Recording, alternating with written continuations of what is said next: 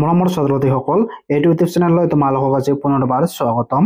আজি তোমালোকৰ বাবে সপ্তম শ্ৰেণীৰ অধ্যায় নম্বৰ 7 হাৰ কি জিত নামৰ পাঠটোৰ সকলো পাঠভিত্তিক প্ৰশ্ন উত্তৰ লগতে পৰীক্ষাত আহিবলগীয়া গুৰুত্বপূৰ্ণ প্ৰশ্ন উত্তৰবোৰ আলোচনা কৰিম। তো ছাত্ৰ-ছাত্ৰীসকল, ভিডিঅ'টো স্কিপ নকৰাকৈ লাষ্টলৈকে চাই থাকিবা। অভ্যাসমালাত দিয়া আছে पाठ से 1 নম্বৰত কি কৈছে, प्रश्न के दिए गए उत्तरों में से सही उत्तर चुनो। यात कत की कैसे, बाबा भारती ने अपने प्रिय घोड़े का नाम क्या रखा था। यार ऑप्शन केटात की दिसे, 1 राजा, 2 सुल्तान, 3 बाबू और 4 दिसे बाहादुर। यार शुद्ध उत्तरটো হ'ব 2 सुल्तान। एटू शुद्ध হ'ব, एटू उत्तर হ'ব सुल्तान। तार पिছত खत की कैसे, मैं सुल्तान के बिना ना रह सकूंगा। ये कथन है, एटू माने कार कथा। याद ऑप्शन की दिसे, 1 खड़क सिंह का, 2 बाबा भारती का, 3 सुदर्शन का और 4 दिसे 1 किसान का। यार शुद्ध उत्तरটো হ'ব 2 बाबा भारती का। एटू उत्तर बाबा भारती का। तार पिছত ग नंबरत की কৈছে, जो उसे एक बार देख लेता है उसके हृदय पर उसकी छवि अंकित हो जाती है। इस वाक्य में उसे किसका बोध होता है। याद ऑप्शन केटा दिसे, 1 सुल्तान का, 2 खड़क सिंह का, 3 बाबा भारती का और 4 दिसे गांव का। यार शुद्ध उत्तरটো হ'ব सुल्तान का। 1 नंबरটো হ'ব শুদ্ধ उत्तर।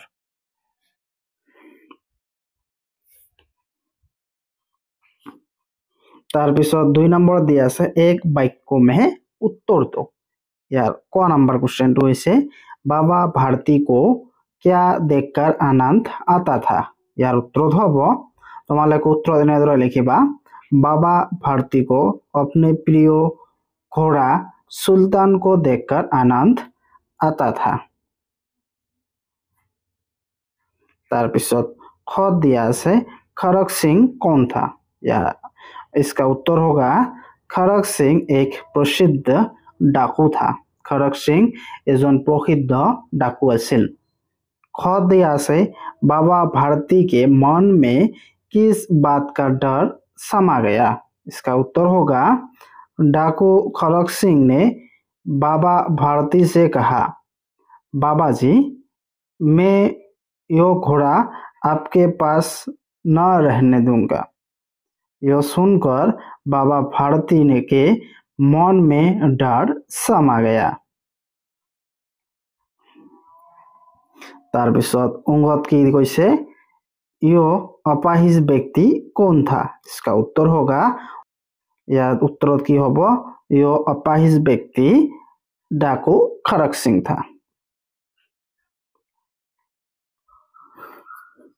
तार पिছত 3 नंबर दिया আছে संक्षेप में उत्तर दो। यार क नंबर क्वेश्चन तो है, बाबा भारती सुल्तान को देखभाल कैसे करते थे। इसका उत्तर होगा, बाबा भारती सुल्तान को अपने हाथों से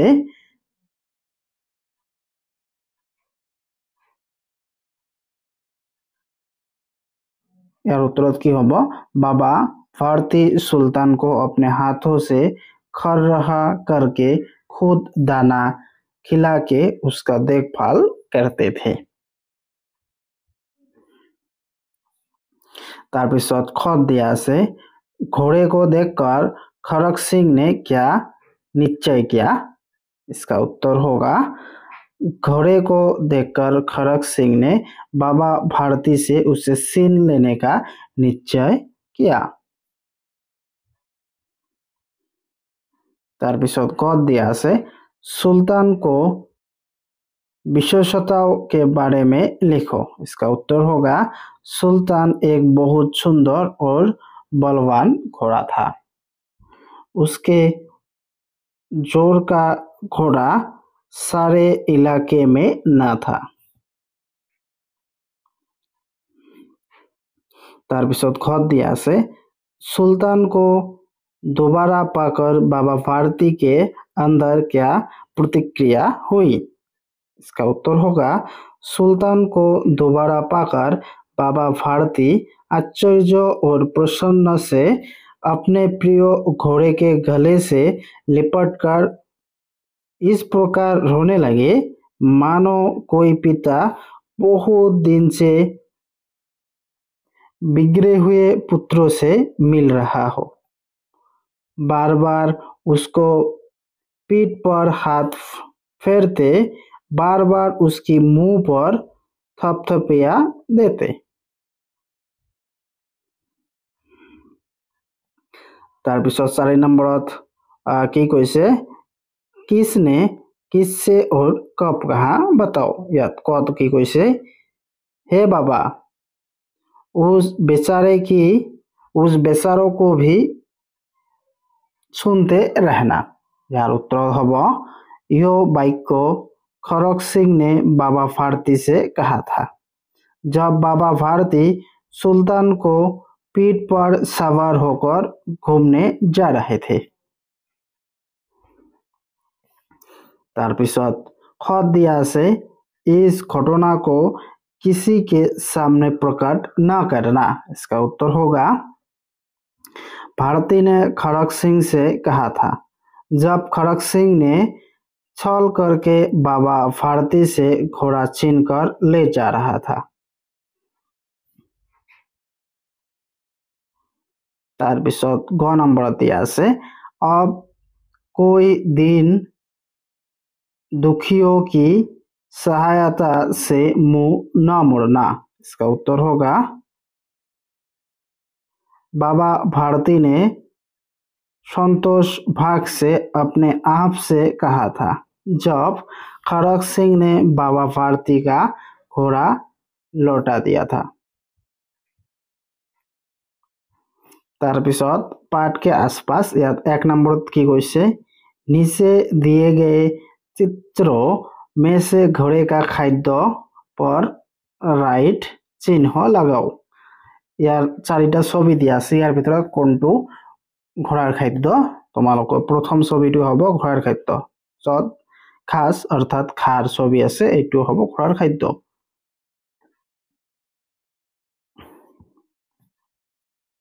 তাৰপিছত খত দিয়া আছে ভিন্ন প্ৰাণী पर কি ইয়াৰ 4টাৰ ভিতৰত কোনটো ভিন্ন তাত ৰাইট চিন লগাব কৈছে। ইয়াত 4টা কি কৈছে ঘোড়া ঘোড়া গাই গাধা শেড। ইয়াৰ ভিতৰত ভিন্ন প্ৰাণীটো হ'ব গাধা এইটো হ'ব ভিন্ন প্ৰাণী। তাৰপিছত गत की কৈছে किसकी सवारी करना तुमको अच्छी लगता है कारण बताओ। यात কিছুমান অপশন দিছে ইয়াৰ ভিতৰত কাৰ সৱাৰি কৰি তোমাক ভাল লাগে। 1 দিছে হাতি 2 ঘোড়া 3 मोटर गाड़ी 4 रेलगाड़ी 5 हवाई जहाज। यार उत्तर होगा रेलगाड़ी क्योंकि उसमें आराम मिलता है। তোমালোকে উত্তৰত এইখিনি লিখিলে হৈ যাব।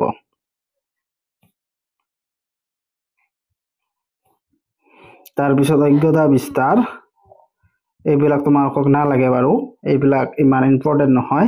তাৰপিছত ভাষা অধ্যয়নত 1 নম্বৰ দিছে আও চৰ পৰে এইবিলাকো তোমালোকৰ বাবে ইমান ইম্পৰ্টেন্ট নহয় যিবিলাক ইম্পৰ্টেন্ট মই তোমাক এইবিলাক কৈ দি আছো।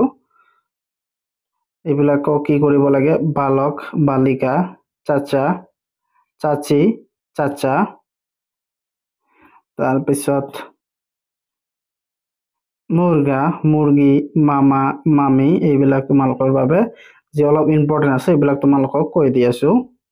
बकरी बकरा भाई बहन ধবি ধবিন কুত্তা কুত্তিয়া ৰাজা ৰাণী এইবিলাক তোমালোকৰ বাবে ইম্পৰ্টেণ্ট এইবিলাক তোমালোকে পঢ়িবা তাৰপিছত 2 নম্বৰত কি কৈছে चित्रों को देखो और उसके नीचे लिखे वाक्यों को ध्यान से पढ़ो यो पत्ता है ये पत्ते है ইয়াত এটা আছে কাৰণে কি কৈছে यो पत्ता है আৰু ইয়াত বহুত কেইটা আছে কৈছে ये पत्ते है ये पत्ते है उपयुक्त वाक्यों में तुमने देखा और जाना कि पत्ता शब्द एक के लिए तथा पत्ते शब्द अनेक के लिए उपयुक्त हुए हैं तरबिसत तिनित की कैसे केवी ने कहा अब क्या किया जाए प्रस्तुत वाक्यों में रेखांकित शब्दों कभी एक वचन के होने पर भी कौवा शब्दों के बहुवचन के रूप जैसे प्रयुक्त हुआ है ध्यान रहे कि एक वचन के अकर्थ पुंगलिंग शब्दों के साथ जब विभिन्न चिन्हों का प्रयोग होता है तब हम उसे बदलकर एकत्रित कर देते हैं जैसे रूप लड़का लड़के ने को से में चूहा चूहे ने को से में এইবিলাক এক বচন তাৰপিছত বহু বচন হল लड़के लड़कों ने को से में चूहे चूहों ने को से में এইবিলাক হল বহু বচন তাৰপিছত আও জানেত কি কৈছে क्रिया के जिस रूप से कार्यों के संपन्न हो चुकने का पता चलता है उसे भूतकाल कहता है भूतकाल के साथ भेद माने जाने हैं नीचे लिख वाक्यों को ध्यान से देखो और समझो सुरेश ने खाना खाया एटू की हबो सामान्य भूत तारपिছত सुरेश ने खाना खाया है एटू अक्षण्य भूत तारपिছত सुरेश ने खाना खाया था एटू पूर्ण भूत तारपिছত सुरेश खाना खा रहा था एटू तत्कालिक भूत तारपिছত सुरेश खाना खाता था एटू अपूर्ण भूत सुरेश ने खाना खाया होगा एटू संगित भूत तारपिছত अमर रमेश खाता तो सुरेश भी खाना खाता एटू हेतु मदभूत हेतु मदभूत तारपिছত की आछे अब इन वाक्यों को देखकर भूतकाल के प्रत्येक भेद के दो वाक्य बनाओ और शिक्षक शिक्षिका को दिखाओ এইবিলাক उत्तर सामान्य भूत नेहा ने खाना खाया और 2 नंबर टू होइसे चाचा ने जूस पिया असन्य भूतर दुटा उदाहरण नेहा ने खाना खाया है 2 नंबर टू होइसे सुरेश ने पाठ पढ़ा है तारपिছত पूर्ण भूत पापा ने खाना खाया था 2 नंबर टू होइसे लड़की ने पाठ पढ़ी थी तारपिছত तत्कालीन भूतर दुटा उदाहरण एक होइसे राम खाना खा रहा है 2 नंबर टू होइसे रीमा बाजार जा रही है अपूर्ण भूत राम खेल रहा था 2 हितेश पढ़ता था